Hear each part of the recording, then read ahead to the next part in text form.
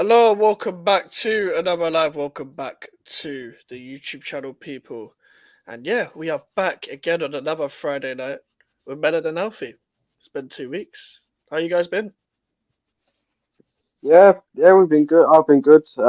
Obviously had a good Christmas the other day, so can't really complain. But yeah, overall I'm doing good. Nice. Melon? Good to hear. Yeah, I've been doing all right. Same as usual. Nice. Nice. People, make sure to leave a like on the video. And of course, subscribe if you're new. Alfie's link is in the title, people, as always. Trying to get into 300 people. Trying to get into 300 subscribers. And yeah, just talking to Arsenal and Chelsea once again, we might as well talk about Arsenal because they're literally just Yeah, ended full time. it only You makes check, sense. yeah, you beat the mighty Ipswich. Um, you won 1-0. Yeah, Thoughts?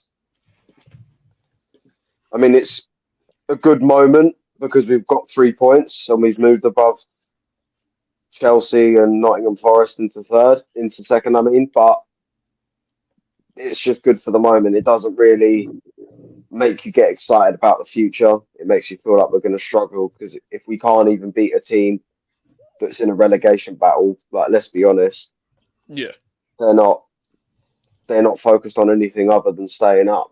But I mean, it like I said, it's good for the moment, but doesn't really give you a platform to build on in the coming games. yeah, fair. Was it one of them performances where you just squeezed over the line? Then And it shouldn't have been. It was and it shouldn't have been. I feel like you look at that team compared to the Ipswich team. Yes, Ipswich have got some good players. I mean, obviously, you look at the likes of Liam Delap, Sammy Smodics, Amari Hutchinson. Those are the players that stand out to you. But mm-hmm. even like even some of their defenders, they're not that bad. I mean, the only really poor links I see are obviously Calvin Phillips and Ben Johnson, Mm. who we've criticised before. Like, if you look at that compared to us, it's they shouldn't really be able to land a glove on us, but because they still play naive. Mm-hmm. But like you said, we barely got over the line. We scraped a win. Simple as that. Why did you scrape a window? What went wrong? It's hard to tell what went wrong because obviously you saw my tweet when the starting 11 came out, and I was like, yes, he hasn't changed the thing. It was Yeah, exactly the same as the way it ended against Palace, and we won that game 5-1.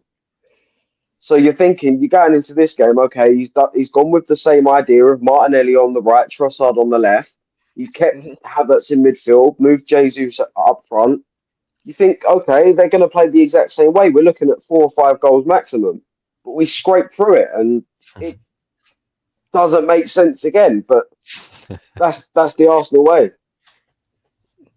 This is the thing. I've seen you guys have a theme of this where you just squeeze over the line against teams you're not really meant to squeeze over the line against, and obviously we've even seen you guys draw with Everton and Fulham this season as well. Like, is it a lack of Yeah, goals in the team, or is it something else? I mean, come on now. How many times have I been banging the drum of we need a striker? I Mm, mean, it's, I it's mean, it's true. all well and good. It's all well and good wanting to share the goals around the pitch and make everyone feel like they're contributing massively towards us winning. But at some point, you've got to look at the team and realise if we don't get an out and out striker, someone who's going to get you 20, 30 goals a season, you're going Mm-hmm. to struggle to give you that extra boost to get over the line and win trophies. Yeah, this is the thing. Now you're now second, right? Yeah, hmm So I but mean, both Liverpool and Chelsea play before we do. so and you've even said you're not in the title race, but Yeah, like and Arteta's even come out and even said that unless something mad happens, they're not doing anything in January. Like that kind, it kind of paraphrasing, but like you're only really looking for one of them, like one of the lifetime sort of opportunities where something moves around, even though Saka's injured and stuff like that. Don't you feel like you're a bit underprepared for the second half of the season then? it looks that way Mm. because if you look at it from this perspective, we've now got Saka injured out for 8 weeks. Could have been 4 to 5 months. I've heard. We've got Sterling out as well, who was meant to come in and be that replacement for Saka. Give him a bit of a break. Hasn't done fuck all, in my opinion. So now you're looking at it thinking, who have we got that can play on the right?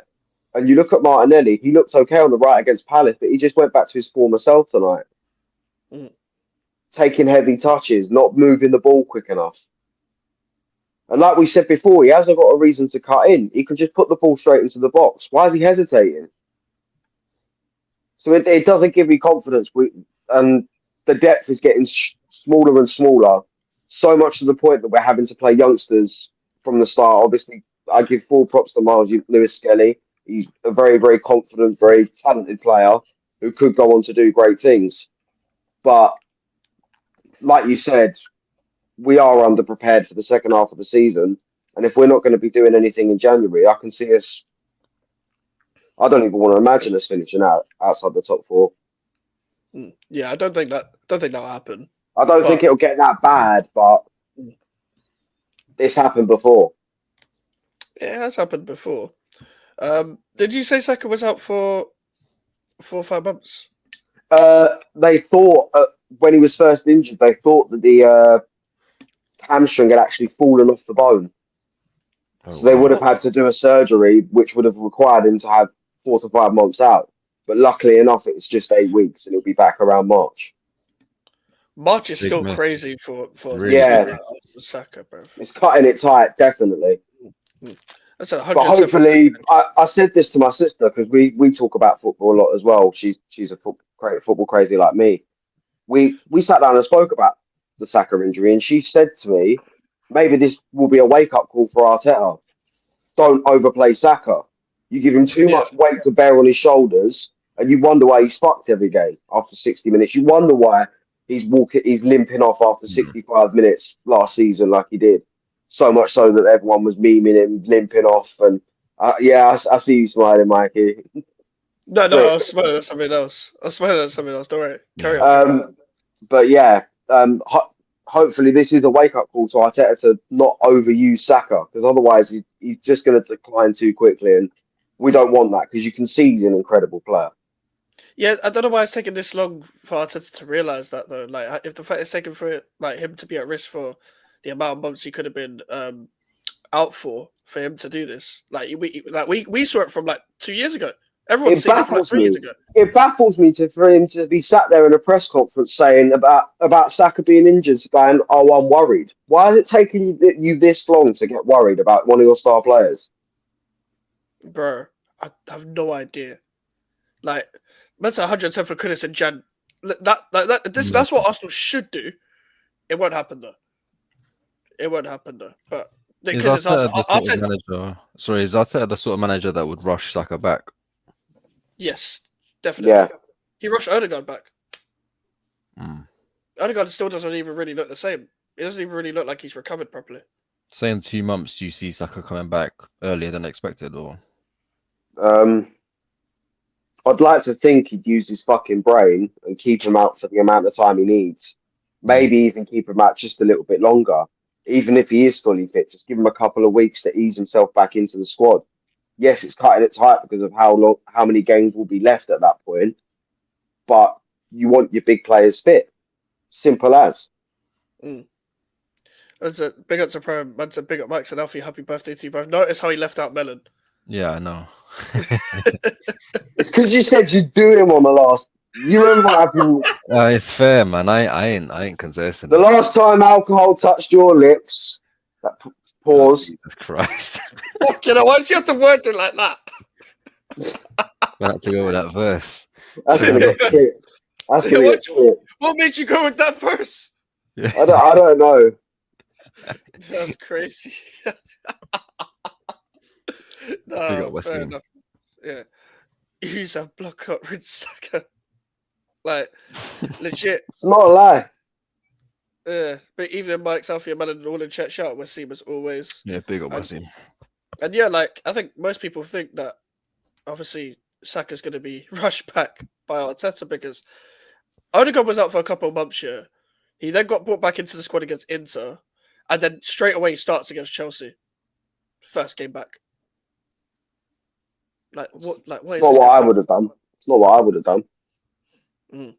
If you're taking him to Chelsea, you're putting him at least on the bench, Yeah. giving him 10, 15 minutes maybe. Let him warm his legs. hmm And he still didn't Don't play chuck him in January. straight from the Yeah. start. Even Didn't even he play in the even Champions though League before that? yeah, he played. I think he played like maybe 5, 10 minutes against Inter Milan when we were already 1-0 down. Mm. It's not like it's something that you just like rushes to like so quick. I don't really understand it. I'll be real.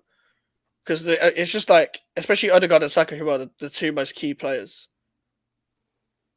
Yeah, The two most key players. Like, now we're saying that Odegaard got rushed back, and the first game he started was against Chelsea, Prem, because he was just on the bench for Inter. I said 5-10 minutes, already 1-0 down, chasing the game. Didn't look like scoring once. I remember Bisek for Inter having an absolute masterclass we were defensively, and dreadful. then you guys were just spamming crosses. So, Melon, what do you think of Arsenal right now?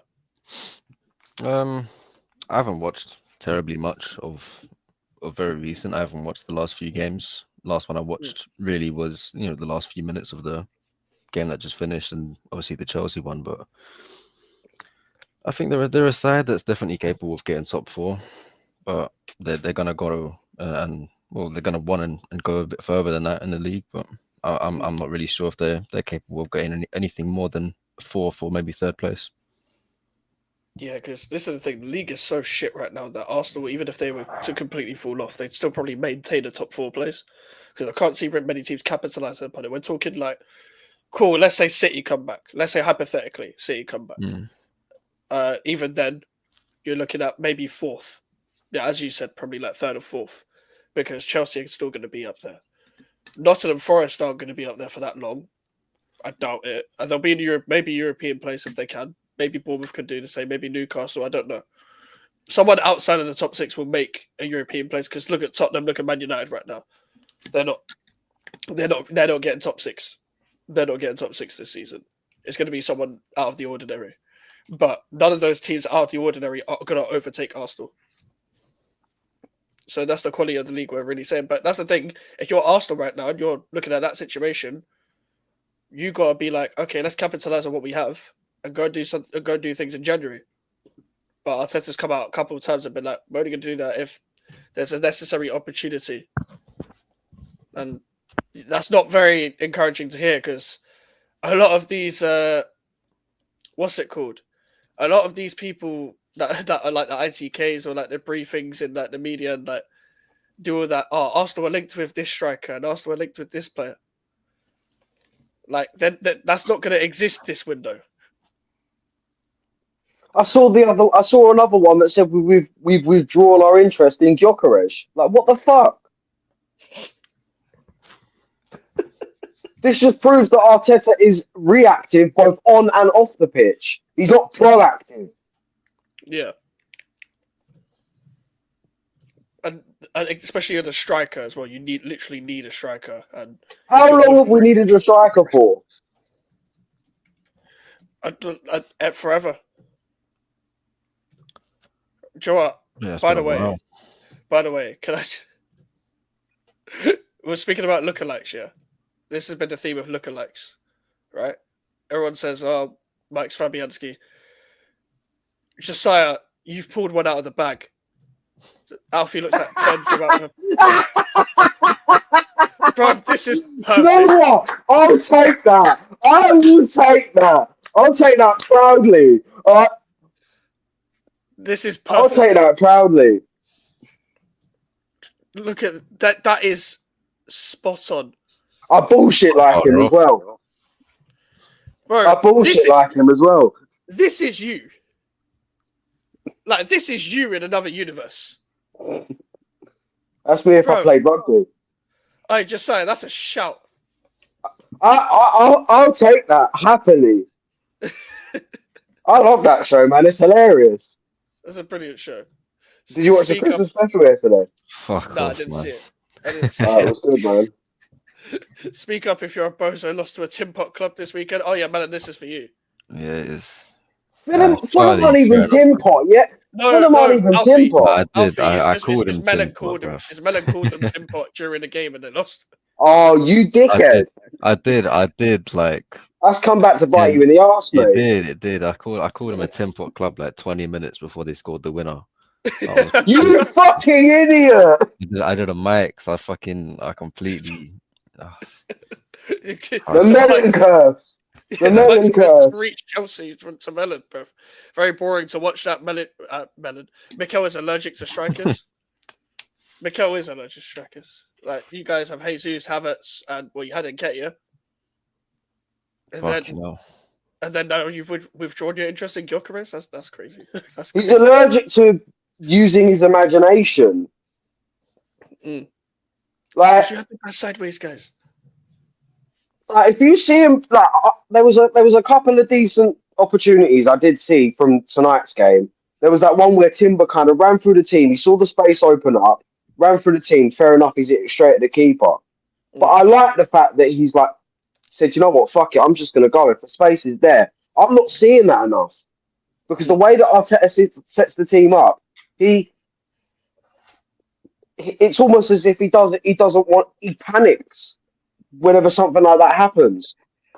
Mm. He's very much a well-drilled manager that's happy with the system, but needs to give players freedom because you can see the players want to play with freedom. You can see it week in, week out. The fans want it too. Mm-hmm. Like, they're looking at Declan Rice when he's about 25 yards out, and the fans are yelling shoot. I'm sat there yelling shoot. But because Arteta doesn't want that, he has to pass it sideways. Mm. Yeah. I've had enough of that since Wenger. Vini Gundo is the style of Pep in it. Just pass sideways all the time. Legit, just got to be methodical, lads. You got to pass it sideways. I don't get it. Why are you going to want to follow in the footsteps of another coach, like another coach? Like, why are you going to want to follow in the footsteps? Fair enough, Pep is a great coach and he's good to learn from, but surely you want your own style of play. Mm. Yeah, now he's studying Tony Pulis. Pep to Pulis is crazy. The Arsenal are pure cheeks, and even they managed to get all 3 points. The Chelsea ain't doing the Chelsea. This is Honestly, the way things are going, we're going to go from matching Pep to matching Pulis to matching fucking Ted Lasso. Ted Lasso. More entertaining. Yeah, you might get a show of it. Maybe we could get Amazon Prime Series 2. Oh, that would be fucking amazing. It's fucking shit, guys. The way like foreigners like swear in English makes me laugh because it's just it's a Mike's Fabianski. Get the fuck out of here, Prime. Like, it's not. I don't look like Fabianski. You lot need to stop. Guys, I don't see it. I don't see it. You lot need to stop this. Yeah, yeah. The kid from Ben from Outnumbered is one of the best characters, bro. And he proper looks like him as well. It proper looks like Alfie. I didn't even see that until Josiah said it. But what would be on our team's wish list? So I think the thing is, Wasim asked this, and he pretty much got it spot on with his next comment. Arsenal striker, Chelsea keeper, West Ham new manager. Like, Chelsea don't need another keeper. They've got 8. We do though. So you want 9? Yeah, I'll take 20 if one of half your match day squad will be filled with fucking keepers. So much so you'll have to stick one and send them in. We had 2 goalkeepers on the bench. Like, I don't know what we're doing. Sanchez started. Yeah, Sanchez, man. Sanchez genuinely had a really good game as well, and he just absolutely fucking. Either use them, send them out on loan, or properly fuck them off. Like, you don't need that many keepers. Do you want some? Fuck no. We're going to need one, but I don't want any of the ones you've got. They're not Premier League proven, and I don't want Robert Sanchez. He's shite. Yeah, he is shite. He had a really good game, and he just fucking lumps it long, loses possession, and just instantly concedes. Guy's an absolute gangly legs. Shout out to views. Odegaard couldn't shoot in a condom. That's crazy. That's fucking crazy. And to be fair, Views also said you have 4 left backs on the bench tonight. Is that true? Yeah, the majority of them are out on loan. The goalkeepers. You have 4 left backs on the bench, Alfie.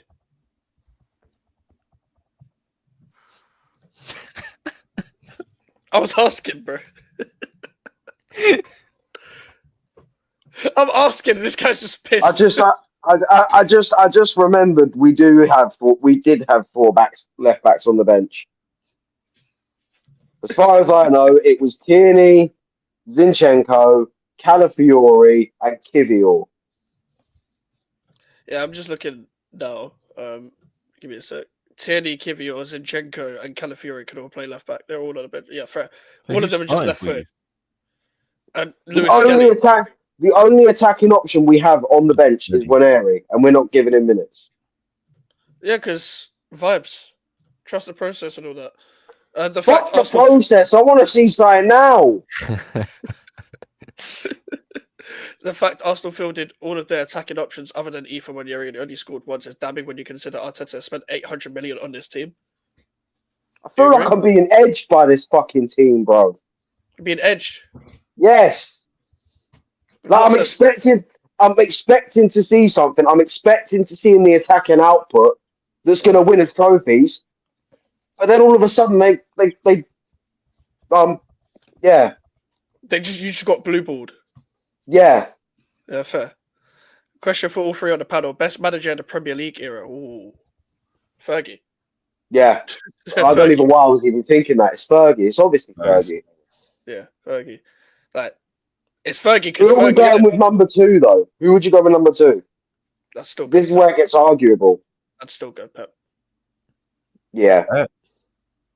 Bro, he did 4 in a row treble season. For the 100-point season. For the 4, I'd go Fergie in order. I'd go Fergie, Pep, Jose, Wenger. In terms of Premier League success. Wait, did you say Fergie, Pep, Jose, Wenger? Yeah. I'd agree with that. In terms of just Premier League, yeah. In terms of Premier League success, because you can't forget that Klopp won the Champions League, but Wenger did win more Premier Leagues. So yeah, I put Wenger over Klopp, but I don't know. That might be controversial. Maybe if Klopp had stayed on for maybe 2-3 years more, maybe we can argue it. Mm-hmm. Maybe, yeah. I hear you. Or if he got over the line, them 2 other times. Yeah, true. Shout out to Prime. Good, keep buying them until we buy a top goalkeeper. Exactly. That's Chelsea way. It's going to get to a point where you're going to be able to field an 11 of goalkeepers. To be fair, the majority of them are on loan. So yeah, majority of them are on loan.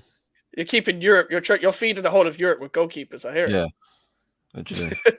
Middlesbrough keeper looks decent. What, and then coming up against them in the Conference League?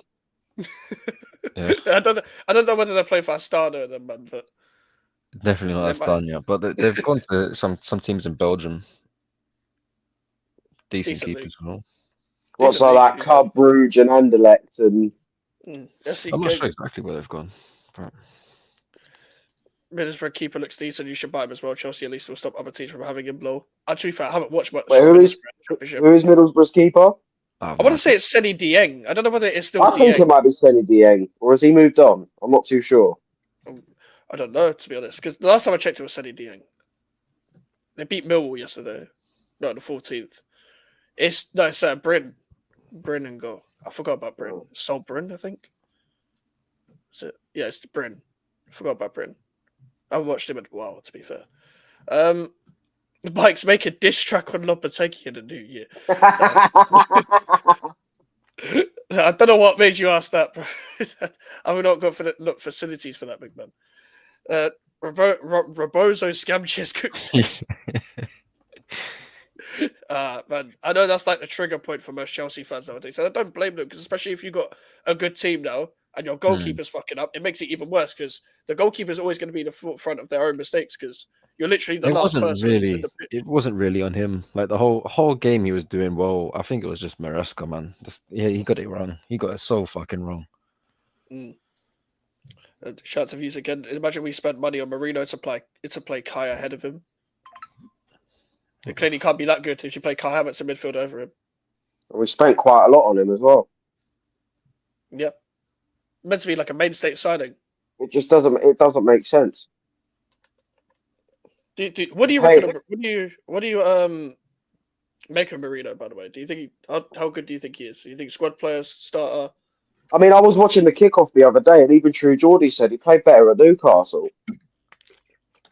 Yeah, he wasn't bad at Newcastle. He had more creativity at Newcastle. I don't see that in this player at Arsenal. I don't see it. He took We long paid shots. 30. We paid 30+ million for a squad player. Is that really what we're trying to do? I mean, you signed Havertz as the Xhaka replacement to then play him up front. So I don't know what Arteta's doing. I don't even think Kai Havertz was meant to be the Xhaka replacement. No, I think they brought him in as a striker, but At They first, said he I- could play midfield in their first interview. He said he could play midfield. At first, I thought it was going to be Rice that was going to come in and be the Xhaka replacement. They said he could play in midfield in the first interview, and they tried him out in midfield. And it didn't work. They tried to shoehorn Rice, Partey, But and Havertz. he's a number bench 10, Gabriel. and that's it. He's a number 10. You can't use him as a striker or an 8 or a fucking 6. Jesus Christ. He hasn't got the link-up play to be a striker. Nah. No, He can't hold up the ball with his back to goal. no, he ain't got anything. It's almost as if he walks into the box and hope the ball drops at his feet. Or a ball in the air. That's Exactly. about all he can do. Exactly. Like I've always seen little glimpses from him when he was at Chelsea, and obviously I think he's fucking Johnny Carey. Yeah. To answer as long Charlie's as they ain't question. Philly. Jesus Christ. No, do you know who looks like Johnny Who's Carey? Philly? Who? You, bro. You look like Johnny Carey. No, fuck no. Fuck no. I'm no. Nah. By the way, Charlie, this Philly thing is not catching on. I'm not like they could try to call me young Philly. Yeah, That's that's a bit long. bro. Oh man. That's pretty cool. Another case. Yeah, you're driving bad. Bro's asking for jail at this point. Bro, he has to spend like a year in jail in Australia. How do you get a driving ban from jail? What the fuck? Like Enzo Fernandez, fuck's sake. Probably driving around one of them floor cleaners in prison and went a bit too fast. I got 3 points. Mike's we're level on points with Spurs, but they have a 20+ goal difference to us. That is so funny that Spurs are 13th or like 12th or whatever, and they got a 20+ goal difference. But you look at the amount of times they've conceded loads of goals as well. Like they got battered by Liverpool, 6-3 that finish. Yeah, it's a crazy game. Crazy sentence, by the way, Charlie. I'm mad as it sounds considering I'm a forced this Philly. That's crazy. That's crazy. That's a crazy sentence, bro. No comment.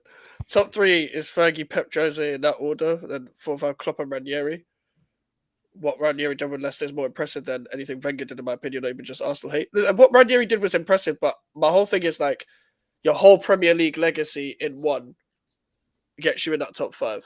Because if you think about it as well, after the season that Leicester won the league, they had a major drop off. They're major, yeah. To the point where Ranieri was sacked. Not only that, they did lose a lot. Fair enough, and not only that, fair enough. Ranieri got him into the Champions League, but in his couple of seasons at Chelsea, he was average at best. Yeah, if we're doing a whole Premier League legacy, you have to include everything. You look at Wenger. He came into the league in '96, wins the league in '98, does the double in '02, goes invincible in '04. That's better in my opinion. Fair enough, what he did with Leicester was incredible, but like we said, we're looking at Premier League legacy here, and Wenger's has just got a bit more. Yeah.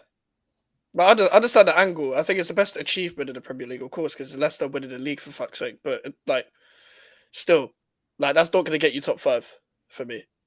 Well, Arsenal basically fields an 11 of centre backs, so we might as well field an 11 of goalkeepers. Imagine that. Like, do you know, it's That's modern day. like- They could probably play up front.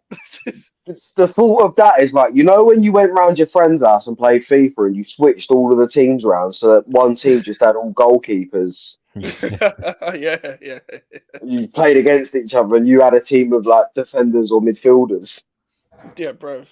That's the Arteta with centre backs. Bro, everyone's like 6'3", bro, and passes sideways.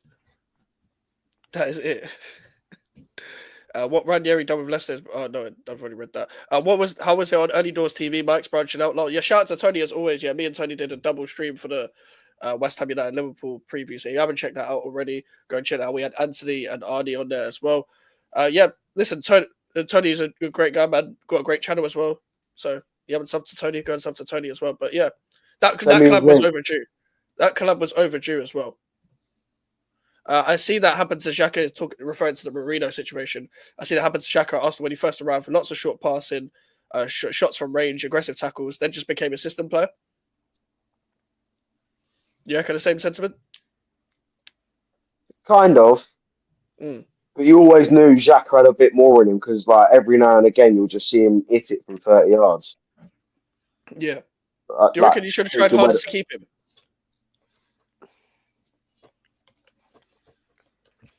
See, the thing is, things just started looking good for Xhaka the season he left. Like, everyone loved him. Mm-hmm. Comparing to what had happened years before, where he was saying fuck off to the fans and getting constant death threats. Red cards as like, well. Yeah, red cards as well. Red card. Throwing the armband. Was that lockdown? Yeah. He's got red cards. Grabbing, what was it, Dwight McNeil by the neck. Yeah. And he got 2 against Burnley, didn't he? Or did he? Yeah, because he got sent off in the game at Turf Moor as well, and gave away a goal, and scored an own goal as well. The fucking div. But Burnley targeted him.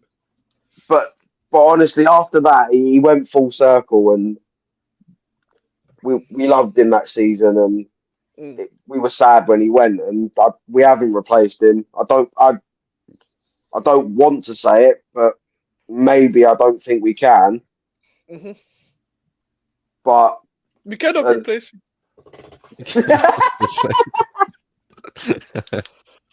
We cannot replace. That's the funny thing, though. That's the funny thing about hindsight, isn't it? It's like now, we should have let go Xhaka. And you look at how well he's doing at Leverkusen now. Doing really well. Was crucial to a title charge. Exactly. Win. Exactly. Yeah. Nearly went on a invincible treble. Yeah, and then Lookman turned up in the Europa League final. Ademola Lookman was like, "Yeah, get the fuck out of here."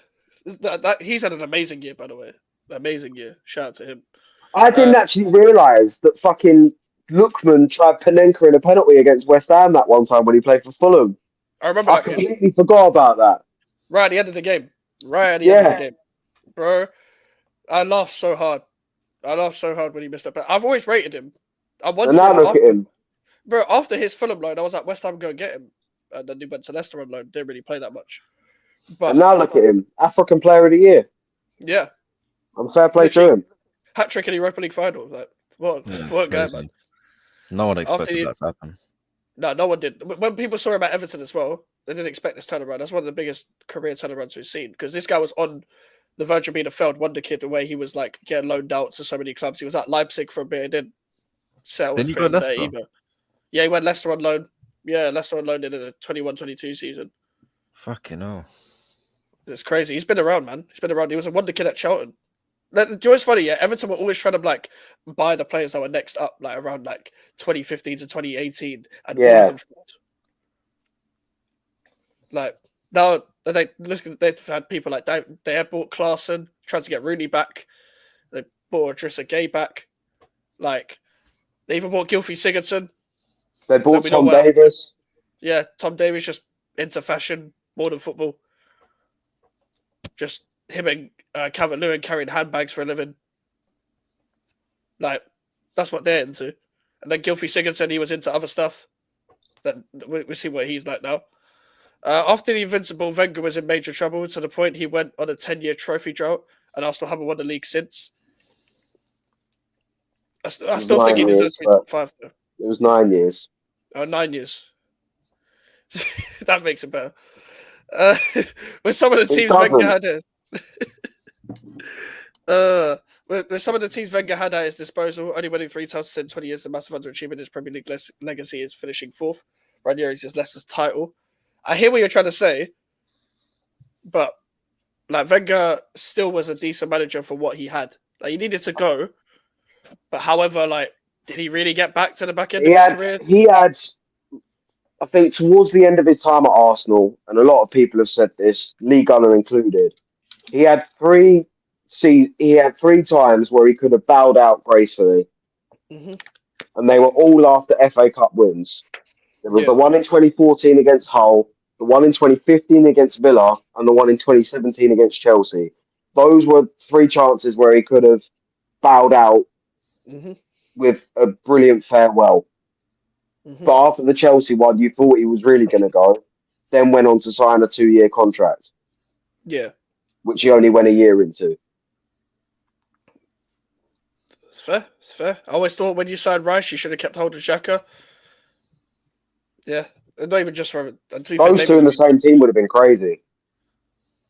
Yeah, this is the thing though. But where would have Partey played? I'd have fucked him off. You would have fucked off Partey, yeah? Yeah. Partey's trying to send himself to Spain. Always rated Lookman as well from the Everton days. Yeah, like I've always rated Lookman as well. Like my whole thing with Lookman was just like a wonder kid that was just lost at sea at Everton. Like imagine being in that environment under the days when they had Allardyce, Marco Silva, Koeman. That was not a team you wanted to play for. Like they went into the Europa League campaign and looked poor. Yeah, Ashley Williams was trying to fight Yeah. people holding their children. Rotate Mike's Rice, Partey, Xhaka. Would have been decent depth. Could have been decent depth. Partey's Yeah, but then where do you play Ødegaard? No, as in like them 3 are rotating in their spots. Oh, Ødegaard's okay.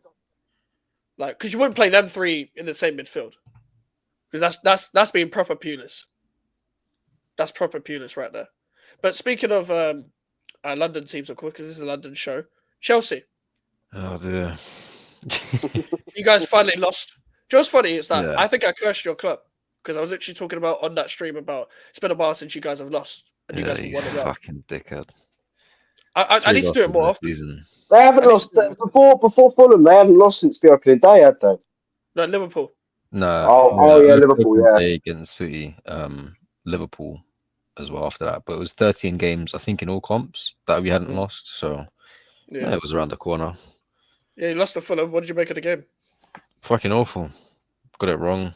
The manager, I mean, I think he got the team right in terms of the players he selected, but he's always trying to do something a little bit too extra, in my opinion. With Jesus Christ. Does that mean you're going to give him? Does that mean you're going to give Maresca the benefit of the doubt then? Of course. I mean, because you always look at when a manager comes in, you always look at the qualities he provides, and you can instantly see the way he's got our players playing, the style of play. Everything is just brilliant. The tactical, it sort of reminds me a little bit of Klopp in a way, but almost flipped. Where towards the end of Klopp's time at Liverpool, his sort of in-game management was always really good, mainly because of his pre-game management in terms of the lineup he put out wasn't necessarily what it should have been. It's almost the flip of that, in my opinion. He gets it really right in terms of the starting lineup, and the bench, although it's a very good bench, very good options to bring on, he doesn't necessarily see them players on the bench as players that can change the game in terms of tactics.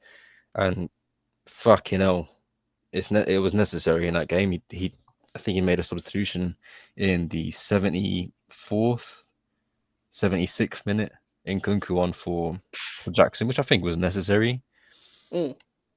Didn't do the job at all. I don't think he made another sub after that. I can't remember if he did. But absolutely hideous game. He had Gusto playing almost in the right side of 10. He had Pedro. He had Neto playing at right back. Huh? Yeah, he had Neto Neto was playing at at right. right back. He wasn't playing at right back, but he was at right back for the whole game because Gusto would push up. He was doing the most four-prong triangle bullshit. It's the most ridiculous shit I've ever fucking seen. I mean, it could work. I mean, I've seen Caicedo play at right back and invert into the middle, and it works really good against certain teams. And he has a different game plan per Bro, sort of I've every. seen them try and move a midfielder into right back. I'm telling you, don't do it. Caicedo's better than Partey in there, though. He's good there. Regardless, don't do it. Nah, it's not. It's not a midfielder into right back. I mean, I guess it is, yeah, but the right back moves into midfield when the midfielder's at right back. You get me? And it's like, Once it is swaps that what they do with Partey? Bro, you I put feel Partey like right back. I think it's a lot different with Partey because I've seen that Partey, like you said, Caicedo is a much better midfielder than Partey, in my opinion. Mm. So maybe Caicedo would benefit better if they were to play him at right back. But when it comes to Partey playing there, you see that he starts off there, slowly moves back into his natural position, and then struggles to get back again. Yeah, Yeah. But it's Caicedo also, doesn't have that problem. yeah, Caicedo's just, also He's Partey's 50. Caicedo's like, well, I don't have I can't physically praise Caicedo enough for how good of a player he is. Mm. It took So him a what while to come to good, but he's been decent for you guys. Really didn't. His debut was shit. Got, I think, a red card. Yeah. But No. since You can see the literally, penalty. yeah, he conceded a penalty. I think he got sent off. I'm Not in the pretty game sure he got against sent us. off. Not in the game against us. Because that was his debut. Nah, his debut was against you. He didn't play football for 4 months before he came to Chelsea. Through I don't know what the problem was, but since the West Ham game in his first season with us, absolutely fantastic. Obviously with Poch, he's playing as a single man in midfield. He isn't exactly Kante. He can't really do that, but Jesus Christ, man, that Poch season wasn't good. It wasn't a good representation of our players. I mean, you look at our starting 11 now, in comparison to what it was last season. It's pretty much the same thing. Mm. It's just Palmer in the 10 rather than right wing, and that's about it. Maybe Neto on the wing. Basically the same team. Do you feel like Palmer provides more playing in the number 10 than he does out wide? Yeah, it's a little earlier into the season, and well, it's still early into the season right now. You know, it's not even halfway through, and he's got ridiculously good numbers. Fuck you, Loves. Look at this comment, bro. Oh, That's getting screenshotted. oh. That's I class. was saying, what are you laughing at? I didn't see that coming. Fuck's sake. That is nah. Oh. Come on, Charlie, man. It's Christmas. Can't be Yeah. saying them things. That's why Enzo should have played better. It's meant to be. Actually, no, man. It's meant to be slowing. No, but with fucking Gabriel Jesus, he was meant to turn up on around the Christmas period. He's had his fucking feast on Christmas Day and Boxing Day and fucked off again. Oh, man. Bro, we all know why.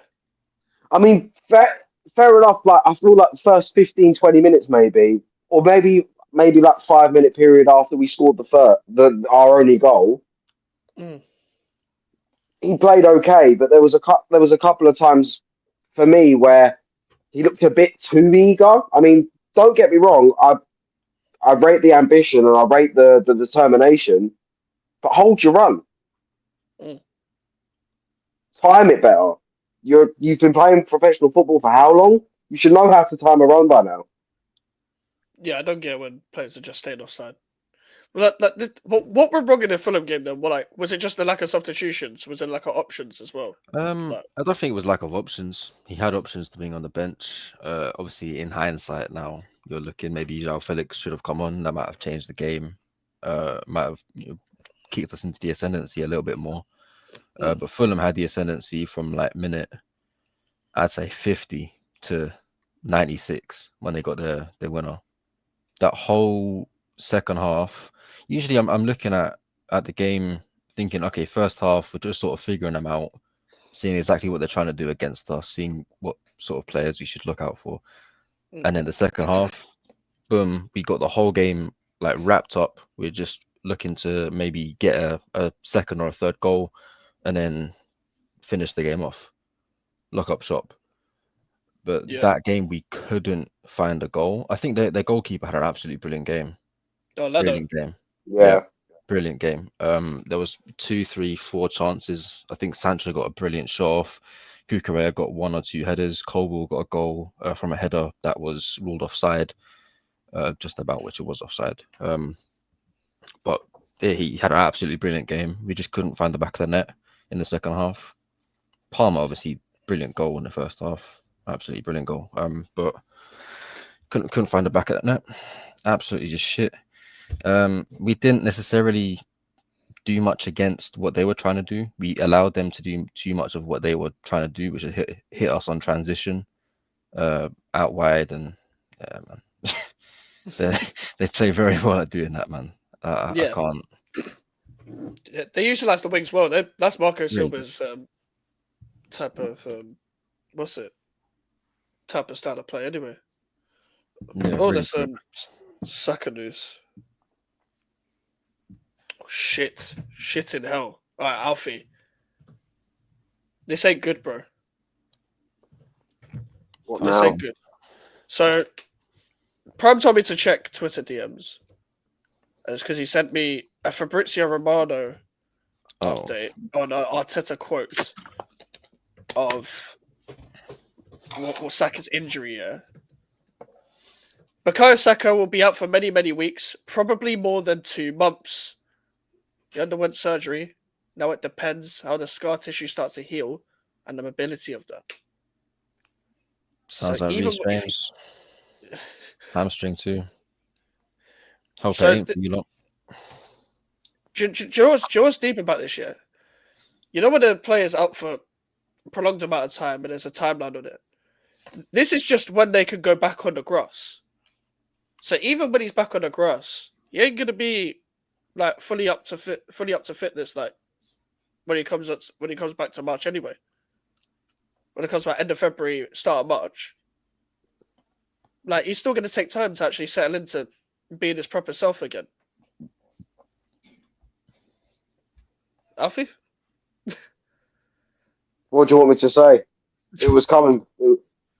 It's been coming. You Yeah. said 8 weeks, right? I said 8 weeks. Clearly, it's worse than that. Yeah, so it could be at least 8 weeks instead. Yeah, at least 8 weeks. I mean, all you got to do is look at Arteta and go, well, "What the fuck did you expect?" Was it known that Hey. he went and had surgery? Yeah, I think everyone knew that he was going to have surgery. Mm. There was a lot of rumors going about that the surgery was going to be for something a lot worse than it was first thought. So that's like 5 months. Yeah. Yeah, At least they end up for you. That's fucking shit. it still doesn't bode well. Yeah, it doesn't. But like I said, what do you expect? Been It's overplayed. it's like playing a game of chess and going out of your way to risk your king. I've never played chess. I've only just learned, but I picked up a lot. They're going to be 12 to 14 weeks. Need to buy in January. I'm sure you echo the same sentiment, Alfie. We need to buy in January, but we won't. Arteta's already said we won't until things get serious. I mean, Things are serious, my friend. Get the fucking checkbook out. Stop dicking about with your hair. can make Sterling a permanent move, man.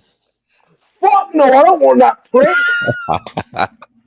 Another fucking PR merchant. And I swear to God, if I get the here we go from Fabrizio Romano telling me that Marcus Rashford has signed for my club, I am honestly,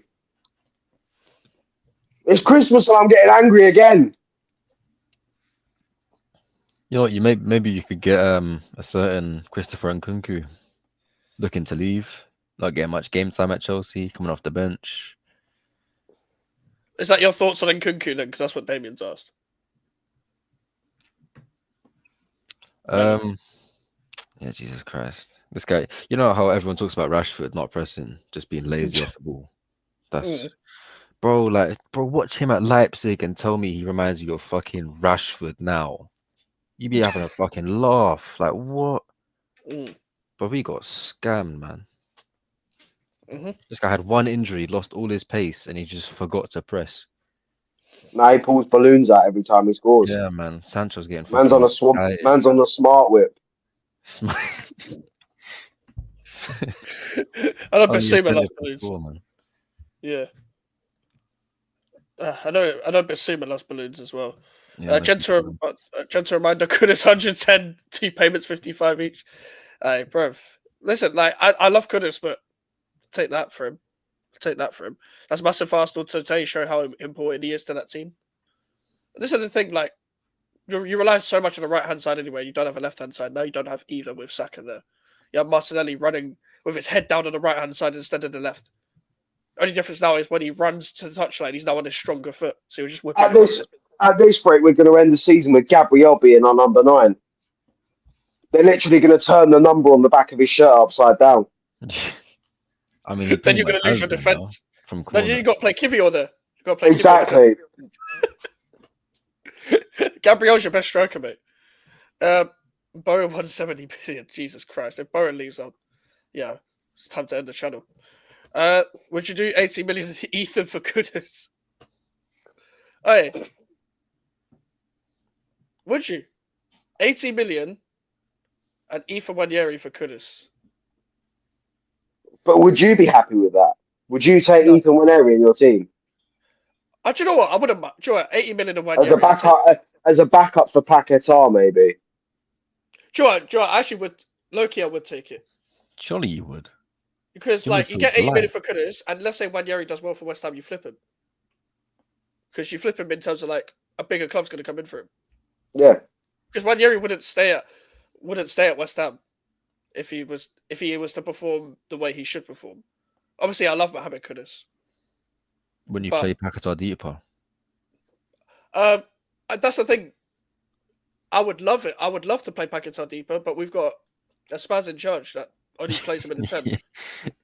In a perfect world, Spanish sausage, bro. This Spanish spastic, Sangria spastic. Mike, spastic. Yeah, Mike. So we should loan him Guilherme 50 million loan fee. Yeah, you want a Brazilian that's never played before? You've had that before.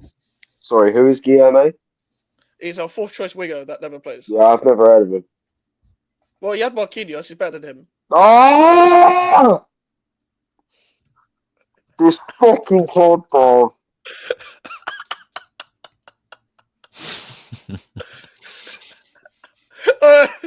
Just funny, yeah. In the last 5 minutes, Alfie has gone tomato red after Sterling permanently, Saka injury, and the reminder of Marquinhos existing.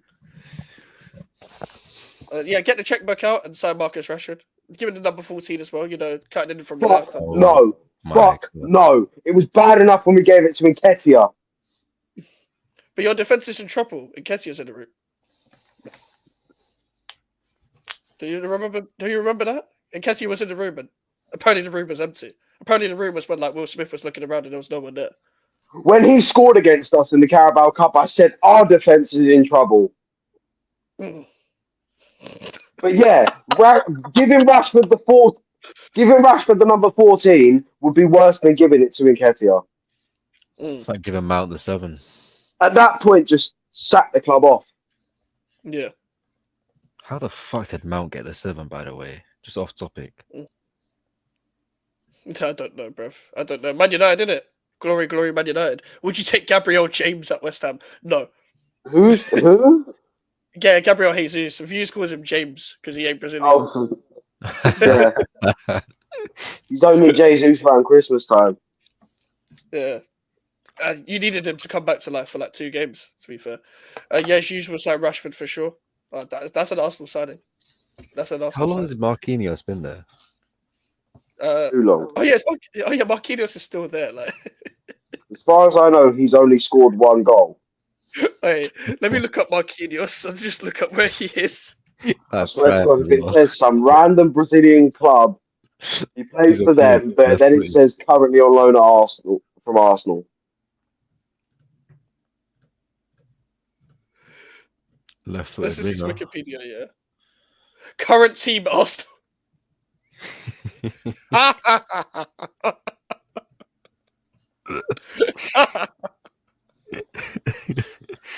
So he's at the club at the moment. Bro, he ended his last loan this year, bro. So he's still there. Oh, it's like as Prime said, Marquinhos is still an Arsenal player. He's a winger that's left-footed. He's still at your club. There's an easy so you don't need to buy anyone in January. Yeah, man. Yeah, but my manager hasn't got a brain. Super Arteta's got it fucking figured out. Don't need to do No, anything. he hasn't. No, he hasn't. But can he take set pieces? There you go. And Cuckoo could gladly piss off. I've been telling people he's overrated.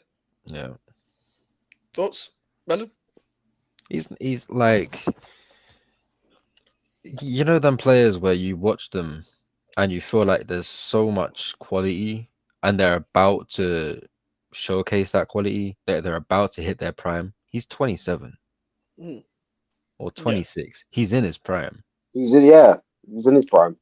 Do you reckon he's doing actual balloons instead of just a celebration? There's smart whip in the balloons he carries. He fucking hides it in his sock. He's got a canister. He's got a balloon in one sock and a canister in the other. He's got a cracker hidden up his arse. Maybe he just needs a refresh of his personal life. Maybe what I was saying was true. Like, we don't know what his situation is, whether he... Were you saying he needs a fucking missus or something? Or needs to get rid of what his missus and No. get a new one? Do a It fucking depends what Enzo the situation Fernandez. is now. Yeah, Get it rid of depends his what the missus. situation is now. If he's in a happily, like, marriage, divorce. If he's, like, single right now, find someone in it. No, he Find just needs someone, to bro. go back to France, I think. Do the whole Parlez-vous Francais thing. You can get any woman in England, bro. But like, I swear, this club is cursed. Like around that time, we were just cursed. Like we signed him and loaned him back to Leipzig for 6 months, and in that period, he was injured for like 4 months. He joins us, and in pre-season, he gets injured for the whole season, and then now he's just shit. It's like what the fuck, man. Man, that happened to Corday. One injury, explosivity gone. Yeah, he looked like, I don't know, he looked like Homer Simpson by the time he came back from his injury. Corday, I feel sorry for the guy. And Kunku is another Xerxes, not a striker, not a 10. I don't even know what He's a second Nkunku striker. really is. Yeah, like and that's He plays well off a striker, but we don't use that position. So that's not really a thing in modern day football now. Like No, at that used Leipzig, to be it is the because it's like 4-4-2. four. Yeah, because think about it, at Leipzig they play 4-2-2 or 3-4-2-1, so you can kind of Yeah. yeah, 4-2-2. use that. Yeah, so you can kind of use either with that. But like we don't really see second strikers now. No, especially not in the Premier League. Yeah, you don't really see false nines either. You see players shoehorned into false nines. You don't really see. It makes proper false nines either. Yeah. It makes you think about the strike partnerships of old. Yeah, legit. Because that one big man, one little man. Ethan would Crouch be our and best. Defoe. Yeah, Crouch and Defoe. And listen, like West, the closest thing we had a great partnership up front was Kevin Nolan when he used to play second striker. When Andy Carroll just chested the ball, Nolan to run it on. Bro, that used to be a detriment to like teams that didn't want to like win their aerial duels properly. Because Andy Carroll's just elbowing you in the face and Kevin Nolan's just running onto it. That worked. Like when that worked, that was so effective. But when it didn't, well, it didn't look good. Let's say Ethan would be our best 10. I mean, I think I'd be our best 10 right now. I played back inside deeper against lesser sides. So would I. So would I. Big You're up. playing deeper in like a 2 though. Big up, Musty. Yeah. Either if it's like a box to box Was it a 8 ways, just like single combining with wingers. Not a single pivot. like in the 8.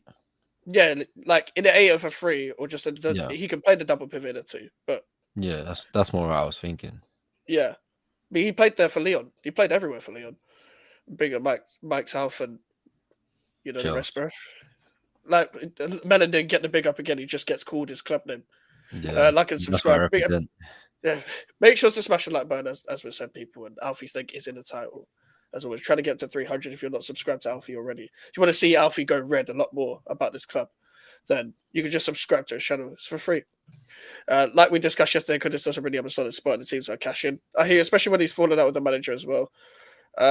Isn't Marquinhos the player who cried when he scored in the Carabao Cup in the Europa League? He scored in the Europa The League. same day the Queen died. Yeah. Bro, he cried after scoring a goal. And shortly after that, Lizzie popped the clogs. Joe, that's why she died. Yeah.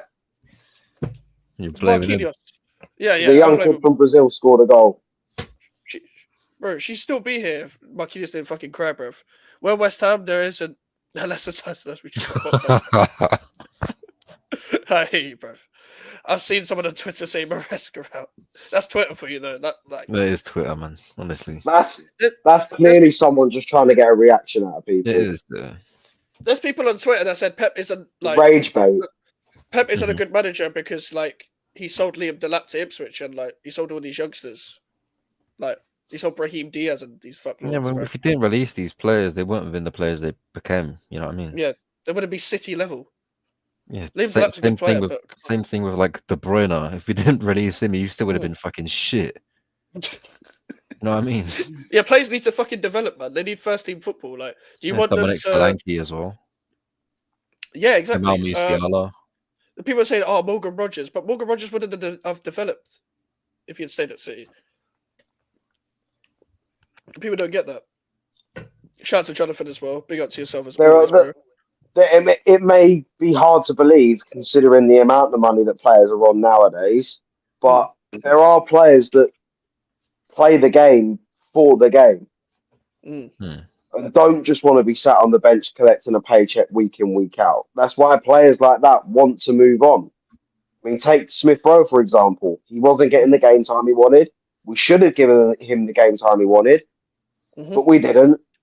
He wasn't getting it, so he's moved on to Fulham. And he's playing really well at Fulham. This is what Twitter say that Maresca. I've been accused of rage bait. Oh, Charlie, simply because you were saying it, I'm not surprised. Joy is Charlie, your wind up, so it depends what you were saying. So, because I know what you're like. I said he was fucking rage baiting. Fucking cool. Oh yeah. Better was like 0 out of 10 rage bait. All that. Try harder next time. I've seen someone on Twitter say bring back Gallagher. That's Twitter for you, mate. Yeah. Conor Gallagher needs to be the solution to Chelsea, mate. He's arguably the worst player on the ball I've ever seen in my life. Yeah, bro, please find that Twitter clip of all of his on the sidelines just saying, just like pointing, go back, pass back, don't lose the ball, and he starts kicking off because Gallagher just does what he does normally. He fucking loses the ball. At Chelsea, his best qualities were off the ball. His only qualities were off the ball. He doesn't have any other qualities than off the ball. He wasn't good at pressing. He just pressed a lot. Yeah, there's a difference between being good at closing down and then just closing down because you have application to close down and just running around like a headless chicken. He was compensating for something.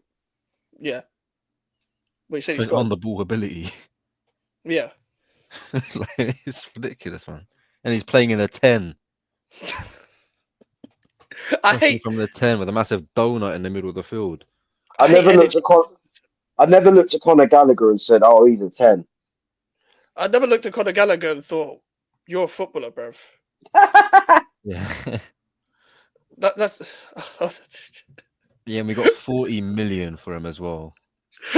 Pick up Fabianski, Wayne Shaw, and the crackhead. Hey, fuck you, Dave, man. Because I take it I'm Wayne Shaw. You are, yes, you are Wayne Shaw. You'd rather be a crackhead, yeah. I want to be Ben from Outnumbered. I thought you're Wayne Shaw. I'm just a crackhead, man. That's all I've got. Bro, you're just an alcoholic. You're Gascoigne. You're Gascoigne. Oh, by the way, yeah, do you know what? This one's a violation. Yeah, Alfie doesn't look like this guy, bro. Alfie doesn't look like Wayne Shaw. No. I forgot this guy's. Oh, he ate the pie, I swear, no? Yeah. Yeah. That's what Alfie's getting called. That's what Alfie's getting called, fam. Yeah, go on Photoshop and slap him in the Arsenal kit. Oh, if Wayne Shaw is on Grok AI, bro. Oh my That god. shit. The worst thing they could have done was give Mike's Grok AI. He's just been running wild with it. I've seen Diddy in an Arsenal shirt. I'm trying to load into the stream, yeah, and I've got a Diddy on my screen, bro. We had Klopp and Pep putting the fries in the bag. Wait. Hey, Wayne Shaw, you know. I do not look like Wayne Shaw. You don't. First off, he's ginger. I am not ginger. You don't want to be compared to Ginger. I have a soul. Mm. The thing is, Melon's not showing his face right now, but he generally looks like Chris MD's cousin. What, Ollie? Yeah, Ollie Dixon. Nah, it's so far away. I From hear it. I hear it. Exactly. Like, I know what he looks like. Hold on. Oh, fam, Charlie. For fuck's sake, Charlie, bro. Oh no, what? No, I actually do. I actually see that. You I've said this dirty, to you Charlie, you dirty bastard. Charlie, you're moving mad, bro. Listen, I bet Minerals is Maresca out. I wouldn't be surprised. He definitely is. Yeah. He's definitely Madueke out. He was giving Rice problems man for man when we played Leon Paquetá. Only one on their team who was holding his own that game. That's what I think. That's why Moyes signed him. Only person to give Rice problems. Yeah, that and the thing is in that transfer window as well. We were going for a lot of players in Liga. Like half our players we played well in Liga. Emerson did a good job in Leon. Again, Kera, like Cornet played in Liga before. Areola. Hasn't Tadibo played in Liga? Yeah, but it was specifically that transfer window when we signed Pack and signed them. Like only Oh, Skamaka and Downs were the only two players I think that didn't play in Liga that we signed in that window. Where did you get Emerson from? We got Emerson from Chelsea, you, didn't you? but he played Yeah, on from loan us. for Leon. Yeah, I was gonna say. I thought we got rid of him directly to you. Yeah, Yeah, he went on loan. Oh yeah, cool. Yeah, because he was on loan on that season. He played gonna against us say. as well. Paquetá and Emerson when we beat them 3-0. Hold that, Leon, you frauds. Was that the Conference League or Europa League? Europa League, we battered them. Yeah, Them at their 3-0. ground. Yeah. Yeah. And Chelsea got abused for letting Salah, Lukaku, Ake, Kevin De Bruyne, and currently, so Pep and City can hold that abuse too. Fair. The thing is, I think I don't think I ever gave Chelsea abuse for letting Salah, Lukaku, Ake, and Kevin De Bruyne go because again, these players got to develop. Like Ake was far from the Ake we know now when he plays. Like, now Ake is the only one that was actually close. Lukaku sort of as well, because as soon as he went Everton, he was looking pretty good. But like, But could he even play was with the only Chelsea that one. level though? You know, you were ready to win leagues then though. I feel like Yeah, he wasn't Chelsea level then, because obviously Chelsea was so fucking ridiculously good then, like 14, 15 times. Like, but he was very close. I feel like with De Bruyne and Salah at Chelsea, Yeah. with the way that they were being used by Mourinho, they were given like little amount of minutes. Mm-hmm. They've come from abroad. They need time to adjust to the Premier League. You're giving them mini minutes. They're not going to develop as quickly as you want them to. And with those two players being the players that they are and the players that they've become, those you can clearly see why those players needed to be given that start in football. Yeah, and Mourinho wanted to let De Bruyne go out on loan, and he wanted to keep Salah to start him, have him as an option off the bench. But the board didn't agree with the Salah decision and let him go from the club. I think he went to Fiorentina, I believe, and he let the De Bruyne go out.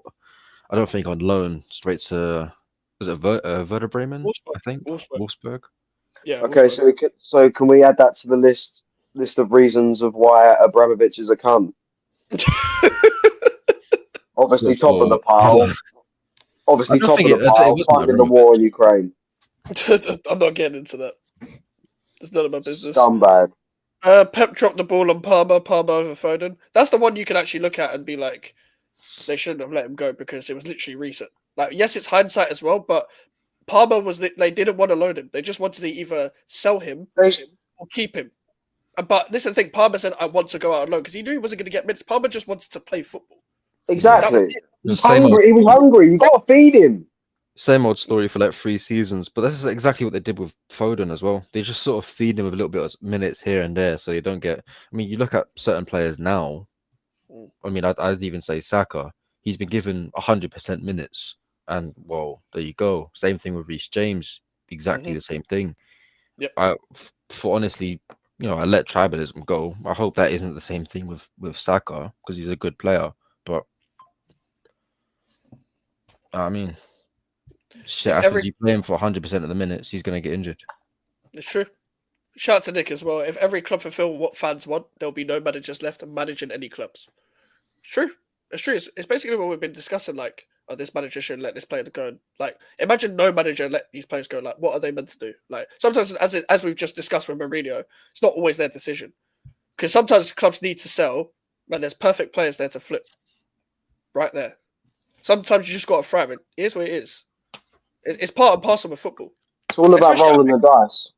And also, especially, it's worse at a big club because you've already got talent as it is. Like, you could. It's not really much of a regret letting a mad talent like some certain players go. Like, with the way City are playing now, like, cool. I can hear the Palmer one because of the way they've recruited in those positions around where Palmer plays. That's understandable. But just in general, like, Chelsea were at a point where they were winning leagues and competing for leagues under Mourinho. Letting Salah and De Bruyne go for them to thrive 3 years later where Mourinho isn't even at Chelsea anymore.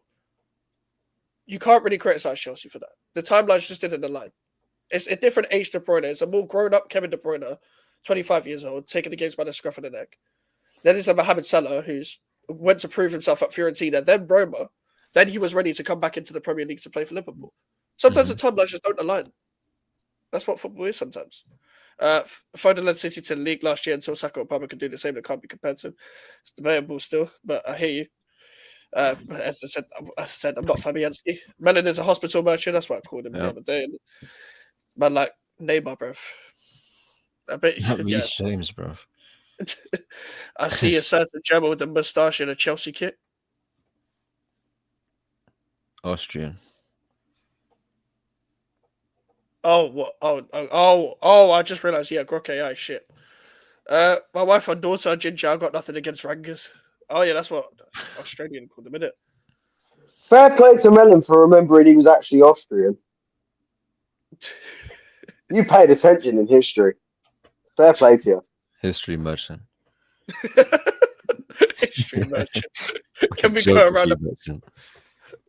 around the panel and say how many goals we scored against Ipswich? Oh, fuck off. Chelsea haven't played them yet. We scored 0. 4. We scored 4 against Ipswich. Shout out Ben 4? Johnson. Yeah. Oh, that was early in the season, wasn't it? Mid-season, yeah, like October. Wasn't that 3 games in? That was like mad early, wasn't it? No, 3 games in, we lost to City. I mean, yeah, we lost to City 3-1. It was in October. I was Lopetegui out by then. Cronkies. Yeah. Cronky. I like the Cronkies, bro. Still there. I hate them. It's still part of the process. But also, Stanley also said you're about to see the best of me. When? I guess the physio will see the best. We're still waiting to see it. He's so shit, man. We're still waiting to see it, you dinosaur-looking prick. You've seen the way he waddles. Bro, speaking how of long that, is he out for? Who's Sterling? Yeah. Like 5 weeks. I know he's out for less time than Saka. Yeah. Mm-hmm. Speaking of dinosaur and expired and extinct, what do you guys think of Tottenham? I can't say that's an Arsenal chant. No, I'm not baiting you guys into the chant. I'm just saying, what do you guys think of Tottenham? Like they just lost to Forest. Angel? They're the same points as West Ham United. Yes. With 20 plus goal difference. That's fucked. How the fuck are you mid-table with 20 goal difference? Bruv, how can you lose to, what's it? You lose to Forest, you drew Fulham. Well, Who hasn't drawn with Fulham, eh? Prime, are you Tottenham in disguise? Are you Arsenal in disguise This, even? the way Tottenham are playing right now, it's worse than AVB in his second season at Spurs. Oh dear. I did this with a show with Prime yesterday. I'm going to show you guys the table how mad it looks right now, especially around the bottom, like from the fifth to the rest. Yeah, think about it. Newcastle in fifth, City are in seventh, Tottenham Oh my are on points with Bro, you fucking just pissed me off again. You just pissed me off what? again simply by What? saying that City are seventh. This team, we battled this team for the league for the past 2 seasons, and the one season they decided to shit themselves, we're doing the exact same. I can see my club. You're looking at the top half of the fucking league table, man. It's been a while. I'm just having another day in the office, but Tottenham are on the same points as us. You don't have to accept cookies to see my club.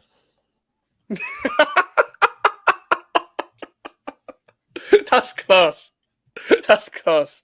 Bro. Yeah, I've been through, man. Man said accept all cookies to see Chelsea in the table. Man, you got past terrorism. I'm still. Yeah. I've just got a different country of terrorism. I went through Scottish terrorism. Yeah. Now I've got Spanish terrorism. You got I can't lie. You see, when Lopetegui leaves, I don't want to associate with anything Spanish ever again. Even a San Miguel, bro. I don't care, bro. That's what I was doing when we lost. You've gone from William Wallace versus the Brits to the fucking Spanish Inquisition. Bro, we've just got. I can't say that. Never mind. I forget what I am sometimes. But I prime moving like CB with the one-man protest. I don't know the context.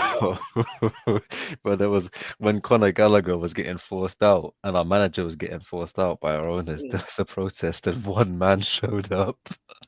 Yeah, that's brilliant. That's brilliant. That was definitely like his cousin or something.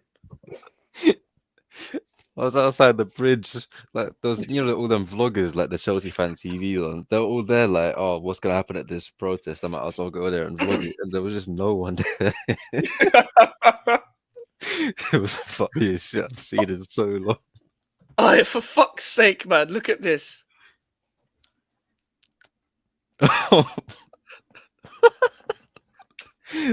There's nothing different about that picture, man. That's how it always looks. That's how he looks fresh out the shower, man. Why are you looking at him fresh out the shower, bro? Moving on. He's done it again, that Melon. He's fucking done it again. Fucking little bastard. Melon's done it again, bro. First it was Alfie with his comment earlier. You've walked yourself right into that. You've walked yourself right into that. Man's looking at Arteta in the shower. That's crazy. It reminds me of the Lee Gunner clip. What's it? The Erdegaard. I made a song about Martin Erdegaard in the shower. You're wet in the shower thinking about a footballer. Lee Gunner's too funny, bro. Martin Arteta in there. That's crazy. But look at this, yeah. Ruben Amorim's Manchester United is below Lopetegui's West Ham United. They're 14th. They're 5 points above Everton. 3 points in the last 5 games. Before the relegation.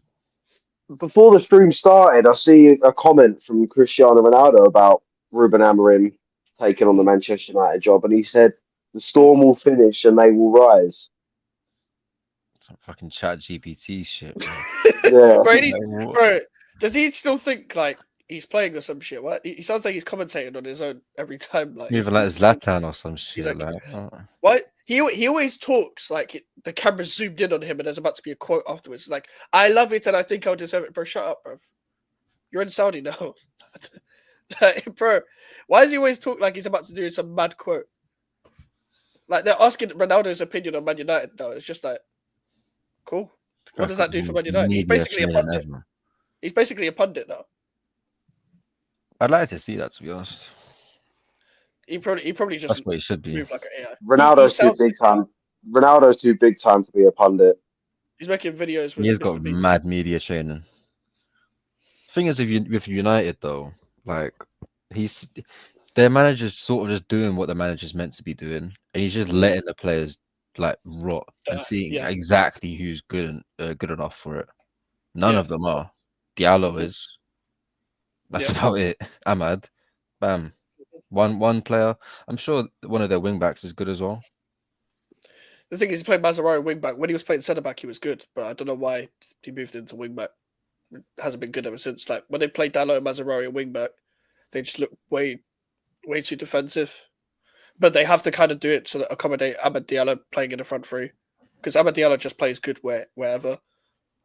You still play Bruno Fernandes. Bruno Fernandes got sent off again. But look at Tottenham. 1 win in the last 5. Where are we saying Tottenham finished now? Like, what happens with Tottenham now? If they carry on this at the beginning of the season, but I say 8. Yeah, fair. If they carry on this way, I don't even think they'll make top 10. It's possible. It's possible the way they're playing right now. The thing is, they need their players back. But even with their players back, they've been even with Van der Ven and Romero fit, they haven't been that good. They just look better than they actually are right now. But that's still like 10th. No, I said 6th at the start of the season. I didn't think they had a good transfer window. I thought they needed to do much better, but look at where they are now. Just none of the players even look like they want to be there either. But I'm looking at some of these players. I'm like, you kind of don't deserve to even be at Tottenham now. Like some of these players are just running into treacle. Like Bissouma, what the fuck has happened to Bissouma? What's happened to Bissouma and Udogie? I remember I used to watch Tottenham games just to watch Bissouma. I don't know what the fuck I was on, but bro, what has happened? Like these guys just give up penalties for no reason. Yeah. Both games at fucking White Hart Lane. He got targeted again, by the way. You see that Elanga goal where he running in behind? This guy's he's played out of position, really. Not really in position, but where he's playing in that position. Sort of just inverting, doing some madness. Yeah, he's a wing back by trade, I hear it. Lopetegui, my fellow Spanish brother, just like the old one called Pochettino.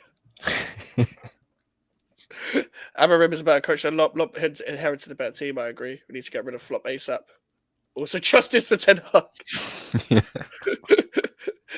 Lop has been leading heavily on Moyes' past work investment from the board. Lopetegui's a shit manager. Yep, facts.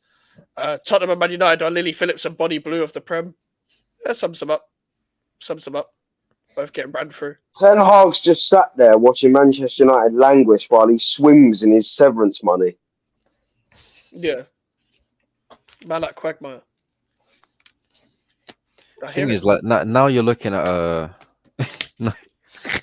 now you're looking at a fucking good manager at United, and you're realizing it wasn't all Ten Hag. I mean, in fact, it was, because a lot of the players are brought in by him. Yeah, he's inherited the best. He brought in the players he wanted, and it still didn't work. It didn't want the right players. He just knew his old friends were fucking. He just wanted them to get a bit of a pay rise. They were like, "You want to come to United? Of course, I'll come to United." Like that is it. And then 300 grand a week. They won't be able to sell you for like 6 years, so it's a lot of money for you. Hey, do you know what's funny as well? I was discussing this with Prime yesterday. It's like they can't do what Chelsea did. They ain't got anyone sellable. No, they can't. Like with Anthony's not sellable, Hoyland's not sellable, Garnacho's not sellable. Rashford's probably the only one because of PR, but he's not good enough. They're not going to sell Bruno Fernandes. They gave him a new contract.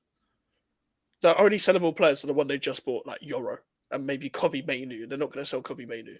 Even Xerxes isn't. Yeah, Xerxes just went there and he's been linked to Juventus. You know that fucking Chunks clip in Soccer Aid? Every time Xerxes has a flop, they always put that clip of Chunks, bro. No, it was the game against Chelsea, Old Trafford, bro. When he's running through on goal, he's like 30 pace. You know when you're that like 23 and you got that much pace here, what were you doing in school, bro? Yeah.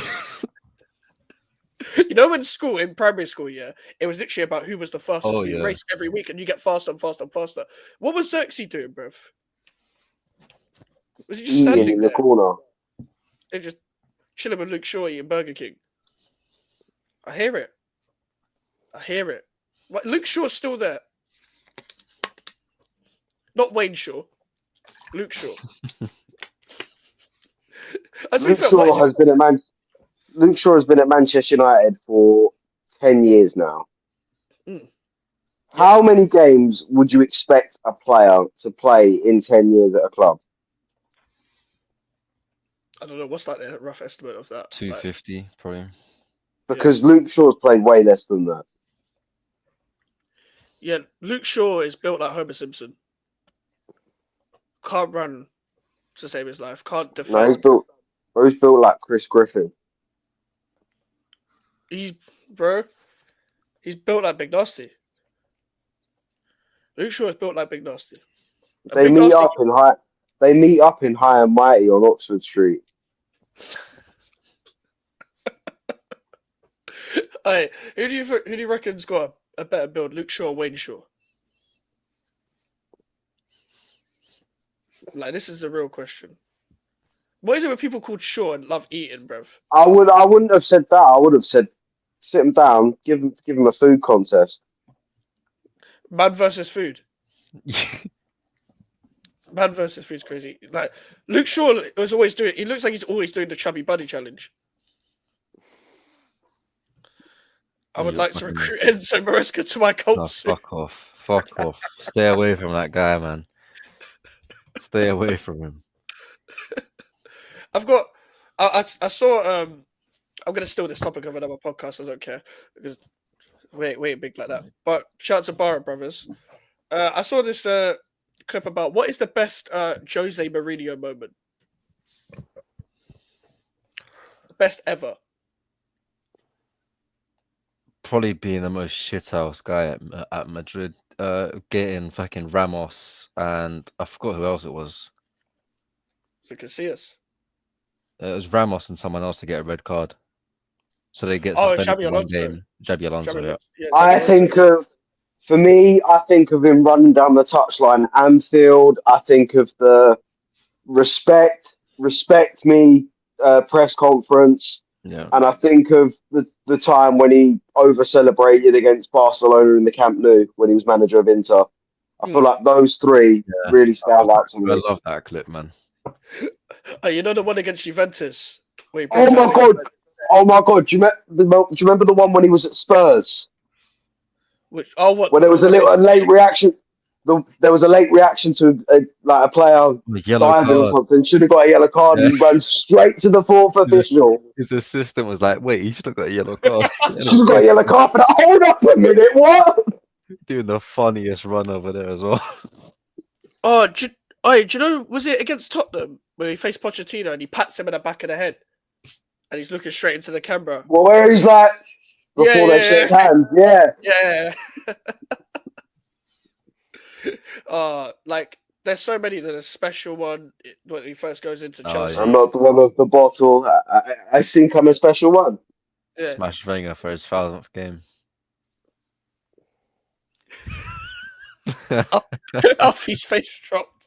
That was the same game where Gibbs got sent off instead of Chamberlain. Yeah. Fucking racismo from the ref, bro. You're so funny about that situation.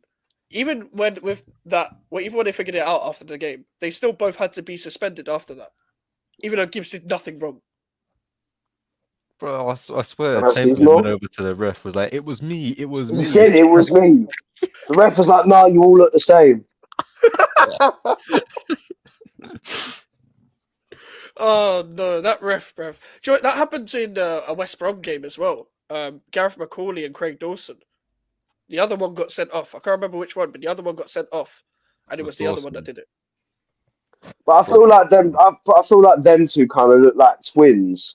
They don't look like nothing alike, bro. Wow. You sure? Gareth McCauley and Craig Dawson look nothing alike. I think you think like Gareth McCauley kind of looks like Chris Brunt. Ah, yeah. Gareth McCauley. Yo, Prime. No, actually, you know what, Alfie? You're kind of Stop right. trying to move to Prime Melon. No, do you know what, Alfie? You're right. He does look like Craig Dawson. Yeah, with a beard, yeah. He's got a massive nose. Jesus Christ. They kind of look alike, whereas Gibbs and Chamberlain look nothing alike, but because they've got the same coloured skin, David Coote special. they're the same person. Why did you say David Coote special? Did you see that guy's fucking beak? Holy shit. David Coop's beat gives Zlatan a run for his money. I wonder why though. He's got so much stuff in his Who's got the biggest nose? Zlatan, David Coop, or Tobe Jizzle? Oh my jeez. Oh, Toby, bro. It's not verses, not lines.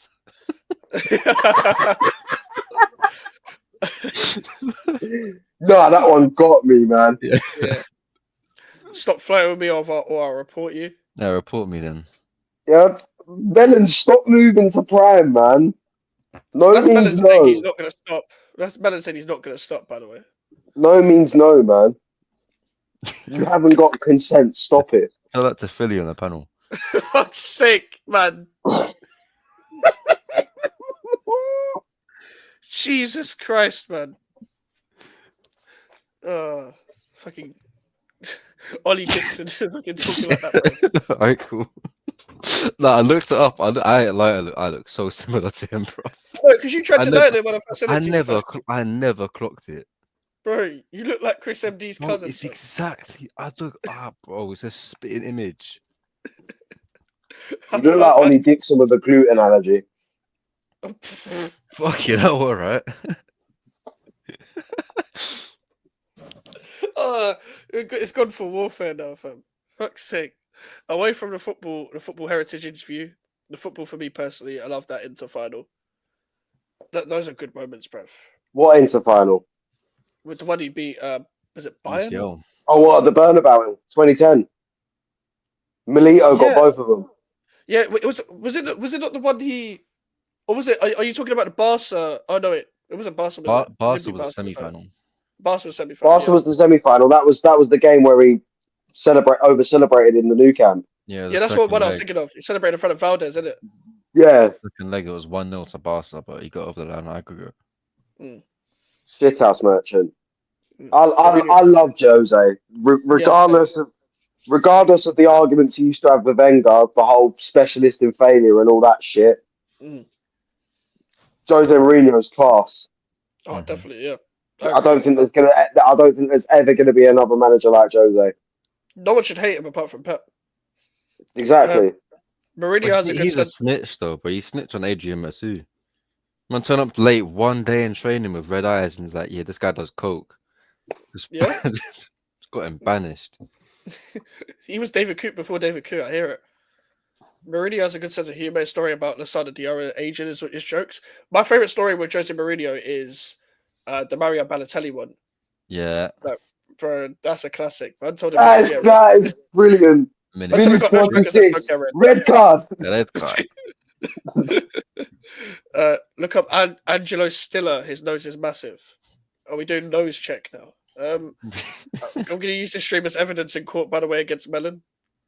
I'm going to take Jose Mourinho tomorrow at West Ham. Been saying it for ages. Yeah, I've been saying it for ages, to be fair. Angelo Stiller. To be fair, Jose Mourinho has said for his next job he wants an English club outside of Europe. And you currently are outside of Europe. I know West Ham fans link themselves with Jose Mourinho. That's a crazy statement. Jose's managing London clubs, like trying to connect the dots. Fam, what the fuck is that? Oh my. Bloke could get in a car crash and use his nose as an airbag. That's a ball sack. It looks like it already has been. That looks like my taint. Jesus Christ. Jesus Christ. This stream's gone left. Bro, is there even any holes in the nose, fam? Doesn't look like it. Where is he breathing out from? He looks like one of them, them funny monkeys with their weird noses. Does he not look like does he not look like a bit like Pedri, no? Pedri, you just punched him in his nose. Does he not? See, he punched up Pedri, he looks like this. You see, I don't know if you guys have ever seen Wreck-It Ralph, but you know when Fix-It Felix gets his nose gets all busted? Before he uses his hammer to fix it. He looks like that before the hammer is used. Fucking hell. Give me my toe back. Give me my toe back. It's crazy. That's an ingrown toe. That absolutely Which can't. one? I don't know which one. Like, there's so many, bruv. There's so many Is that it just got massive. Chimaev? Don't know. I don't know want the which one. money fight. Give me Mayweather. Woo! Man said he Bro. lost, and we're just taking a piss out of him. Bruv, that nose is crazy, man. It always has a blocked nose.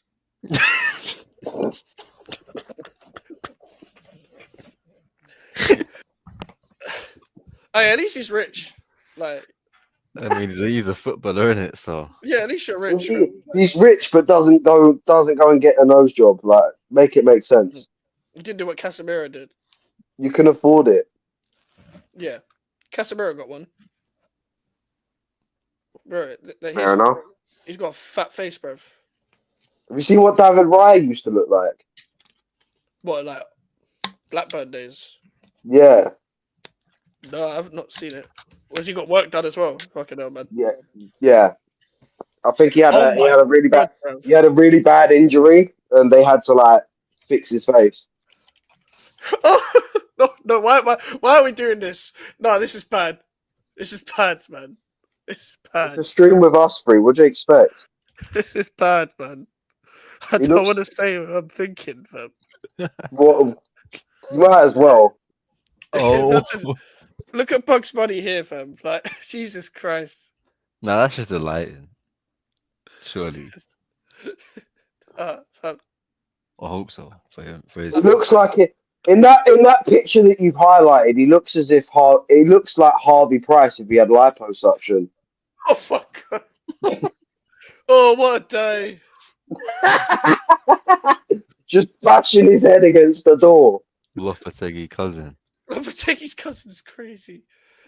Okay, the UFC fight round versus Junior. Let me look this up. Off topic a bit, but remember Mo Salah's hairline before Turkey? Not the most recent one, but way back. Oh my my days. days. Look at this guy's nose, fam. He's got the same nose as Oh Castilla guy, bro. shit! Oh shit! That's a dumbbell, fam. Oh my God. I don't think his nose is even that bad. It's his jaw. Look at the second Nah, picture. Oh, Hold this on. one. Giggity. That's rude, bro. What? Oh, fuck's sake. Nah, man. Now look at Mo Salah's hairline, though. This is why you don't inbreed people. Oh, fuck's sake. Mo Salah's. Am I looking up Mo Salah's old hairline? Is that what I'm looking at? Yeah. Yeah. Old hairline. Why was it bad? Yeah. I'm trying to get a good picture hair of in it. the middle. How far back are we talking? Like in terms of how many years, not how far back was his hairline? God, people are just drawing diagrams, fam. People are drawing Yeah, diagrams on the hair. People are drawing diagrams. Look at this shit, bro. People are drawing diagrams. No, scroll up. You see that one there? This one. No, right. This one, fam. Up. That one, yeah. Bro looks I, like lost. what's it called? His wingbacks are flying, man. That's crazy. Nah, his wingbacks are still... To be fair, my parents used to tell me about Martin Keown getting shit rinsed out to park. They used to chat about him having a monkey's head. That's what my parents used to say. But if you see, everyone knows the way Martin Keown looks, yeah. That fucking Johnny Minerals.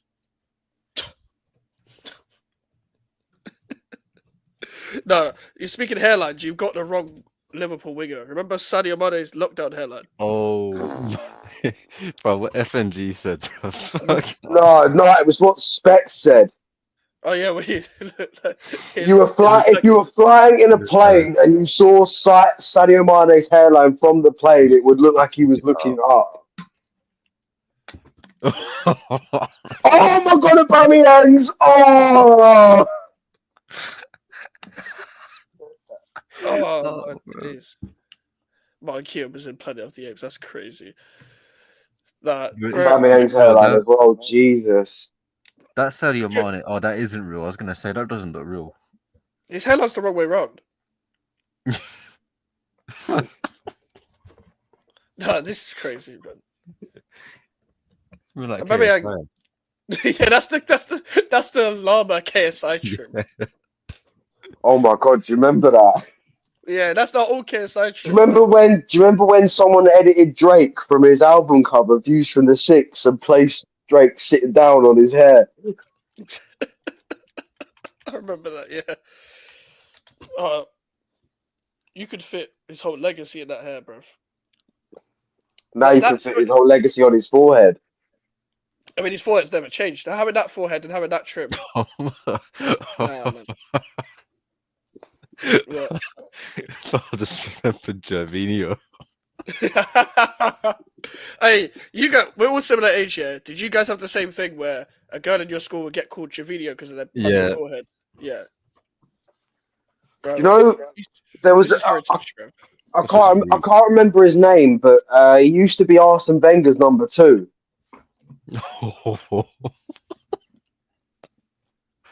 I can't remember his name. He used to be Wenger's number 2. He was speaking about a couple of players, and I think Jack Wilshere was on the list. Apparently, when Gervinho first signed for Arsenal, he got Jack Wilshere and a couple of other players got told off because they started calling him Retardinho.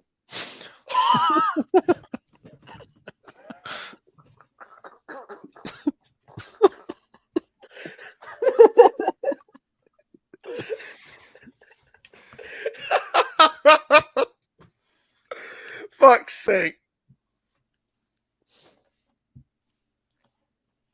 I think that's someone that checked out your channel. Oh. Yeah. Nah, bruv. You see Gervinho, yeah? Gervinho is football heritage because of his forehead. And because of FIFA 15. He's away. Bro. If you had a big forehead, you're born in the 2000s, and you went to school in 2010s, you got called Gervinho if you had a massive forehead. And now, honestly, that is just. You see when KSI discovered bandanas to cover up his forehead, like he never looked back. Yeah, like 2016, 2017 KSI. Yeah. 2017, he first started wearing them when he went to find himself. Yeah, when he went to change and all that, evolve and all that. Transform. Became the first man with tits. He says you had to get some things on your chest, so tell me why the fuck do you still have breasts? Oh, that's iconic. Man clinging onto that. Like, I hear it, clinging onto a bandana when you have a massive forehead. It's a good just let substitution. it go, man. Just let the hair go. No, Embrace the Megamind. He has to wear it even more now than then because his hairline is genuinely depleting. Embrace the Megamind, man. He puts too much stress on it. He's saluting here. He's saluting from here now. Like, he put too much stress on it, tied his hair back and stuff like a woman. He's stressing his hairline back. It pulled, like, legit. Like, to be fair, I can't say that's mad. He has beforehead, forehead, and afterhead. Legit, bro. Before and after trim. It's crazy. Like, what is this turned into? What the fuck? It's a stream of us, three. What do you expect, man? Oh my god. Bro's just gone through my channel, man. Bro's just gone through my channel. Oh my days. Like, Joy reminds me of this year, the whole Martin Keown situation where Stam fans used to think about him. What's like the funniest football chat about a specific player from like an opposition fan?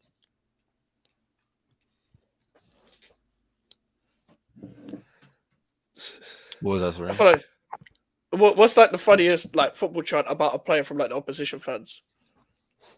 Like berating opposition player.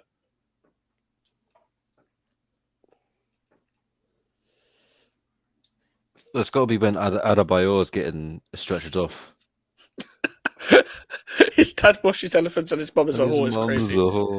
While he's getting stretched off, is crazy. I feel like another good one maybe was your T for offside towards Luis Luis Suarez. Suarez. Oh yeah, John Joe Shelby. West Ham fans shout about John Joe Shelby. Harry Potter. He's Harry coming. Potter is coming for you. Yeah. His mother is his sister. Chud. Your sister is your There mother. is your mother, your father is your brother. You all fuck one another. The kitty family. Da-da. There's so many, man. There's so Diego Costa, fucking elephant man. Jisung Park. Oh, that one. Wherever you No, may be. don't sing that one. Don't sing that I one. won't. I won't. I won't. Don't sing that one. Don't sing that one. Jesus Christ. Have you seen the what's it called? The Asian Man United fan they call Mr. Miyagi on TikTok. This can't go down well. Like, No, he's an old age Man United fan. He's from Asia. They call him Mr. Miyagi. And there's been a couple of instances where he is stood on a table singing the Jisung Park chant. Yeah, I've seen that one. Yeah. it was even There's opposition another fans, one where their own fans. there was another one where he's going, "Let's go Oriental."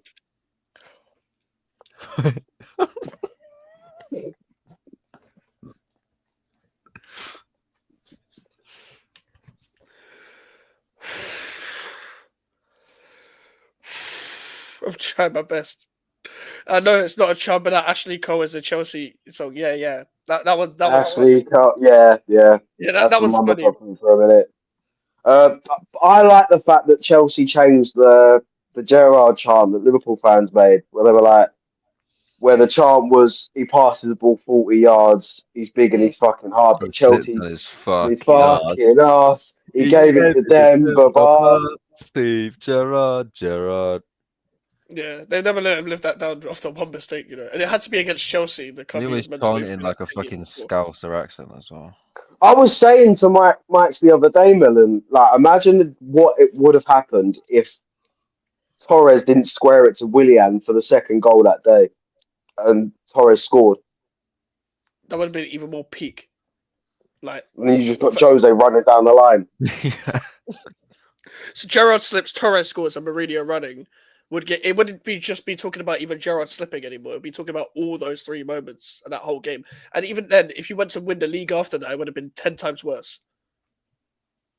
Would have been 10 times worse. Like, we would have stopped talking about that game. Jose's got a picture on his Instagram of him trying to keep the ball away from Gerrard, holding it. The caption of the picture on Instagram is literally the date of that game and something along the lines of ball possession or ball control. Oh yeah. Mourinho's a shithouse still. Like, whoever let Mourinho let him get Instagram is a genius, because that's a platform made for him. Probably feed the Scousers as well. Jesus Christ, yeah, that one's Yeah. like Man United fans always sing that. It's Christmas time. So your eyes are offside. Yep, there's that one as well, bro. You can fit coins in there. That was crazy. There was a mad one against Suarez as well. Oh, yeah, that chant is elite though. What chant's that? The Newcastle fans, fam. Oh my god, that. I don't think I've heard it. It's You good. definitely have heard it. You definitely have. You haven't heard. Hold on. Oh, fuck. I've either not heard it or heard it, but not in a while. He likes to Adam Johnson. something. Yeah. He plays with. Yeah. Now I remember. Children. Yeah. Do you remember when they did that for Gunnosaurus, but it was Arsenal fans actually singing it? Bruv. When Gunnosaurus was walking up to Arsenal fans, and one of them just started singing in the tune of the Adam Johnson chant.